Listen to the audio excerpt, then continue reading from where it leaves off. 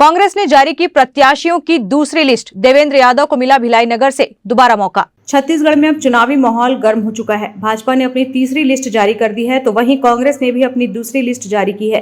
कांग्रेस ने भिलाई नगर से एक बार फिर देवेंद्र यादव को मौका दिया है। इसे लेकर अब दोनों ही पक्षों में आरोप प्रत्यारोप का दौर देखने को मिल रहा है। भाजपा के प्रदेश प्रवक्ता KS चौहान का कहना है, कांग्रेस जगह देखकर भक्ति करती है, तो वहीं देवेंद्र यादव का कहना है कि बीजेपी अफवाहों का बाजार है।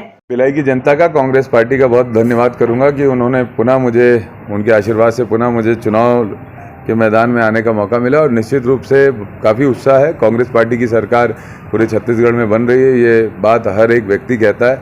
भिलाई में भी कांग्रेस पार्टी के साथ ही साथ भिलाई के जो आम जन है, भिलाई की जो जनता है, वो चुनाव लड़ने के लिए मैदान में है और निश्चित रूप से बीजेपी को काफ़ी टक्कर और मशक्कत करनी पड़ेगी, क्योंकि इस बार चुनाव केवल कार्यकर्ताओं से नहीं है, भिलाई की जनता से। और भिलाई की जनता, भिलाई की माताएं, बहनें, वरिष्ठ गण, युवा साथी, हर एक कांग्रेस के पक्ष में दिखता है। देखिए, ऐसा है कि हनुमान जी महाराज से तो हम लोग सभी लोगों की श्रद्धा जुड़ी हुई है और हम लोग ईश्वर पे भरोसा करने वाले लोग हैं और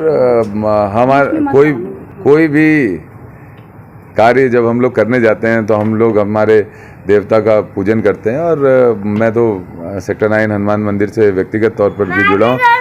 प्रभु के पास गया था, उनसे आशीर्वाद लिया और उनसे प्रार्थना की, भिलाई वासियों की खुशी के लिए प्रार्थना। कोई तासीर वगैरह होती ही नहीं है, ये तो सब बोलने की बातें हैं। अगर कुछ होता है ना, वो जन भावना होती है। जो जन भावना को समझेगा, जनता उसके साथ रहेगी। जो जन भावना को ही नहीं पहचान पाएगा तो वो तासीर के हिसाब से अपनी जिंदगियां जीते रहेगा। मुझे आनंद आता है लोगों के बीच में जीने में, समर्पण भाव से, समर्पित भाव से। लगातार 5 साल गुजरे, जिस दिन आचार संहिता लगी उस दिन ऐसा लगा कि अब क्या करें, अब तो खाली हो गया, अब कोई काम नहीं है। तो मुझे लगता है एक नेता का जो कर्तव्य होता है या लीडर का कर्तव्य होता है, वो ये है कि 4 साल 10 महीना वो पूरी शिद्दत से, ईमानदारी से अपने कर्म को करे। इसके बाद जो 2 महीना होता है वो तो फिर जनता का होता है, जिनके लिए काम किए। आप अगर ईमानदारी से, लगन से काम करोगे तो वो आपको स्वीकारेंगे भी और आपको सुरक्षित भी रखेंगे और आपको प्यार भी देंगे और आपको आगे भी बढ़ाएंगे। देखिए, जनता निर्णय करती है। भिलाई की जनता बहुत प्रबुद्ध है और मुझे लगता है कि भिलाई की जनता इस बार तो खुद मैदान में, तो बहुत ही बेहतर परिणाम जनता लेके आएगी। सर, ईडी वाले क्या? मैंने पहले भी कहा, बीजेपी अफवाहों का बाजार है। बीजेपी में केवल और केवल मिलती हैं तो अफवाहें। अभी तो शुरू ही नहीं हुआ। अभी तो देखो, अभी कभी टिकट बोलेंगे, कभी जेल बोलेंगे, कभी कुछ बोलेंगे। ईडी से पहले उनको खबर लग जाती है सब चीज़ें की। अभी तो बचा है अभी 25 दिन में देखना, ना जाने क्या क्या अफवाहें आएगी। कांग्रेस ने 26 साल की तो टिकट काट दी, क्योंकि उन्होंने जनता के हित में अपने ही पार्टी के खिलाफ सदन में बोला था और यह बोला था कि मैं TS सिंहदेव की समर्थक हूं, लेकिन किसी ईडी के आरोपी की टिकट नहीं काटी। 11 आरोपी बनाए गए थे। रानू साहू की जब चार्जशीट पेश हुई तो न्यायालय में, उसमें से 2 विधायक थे। अब आप बोलेंगे कि चंद्रदेव राय की जो टिकट कट गई है। अरे भाई, चंद्रदेव राय जी आज से 2.5 साल पहले दिल्ली की परेड में नहीं गए थे। वो फर्श में बैठ के किसी बड़े नेता के, दिल्ली के बड़े नेता के पांव नहीं पकड़े हुए थे।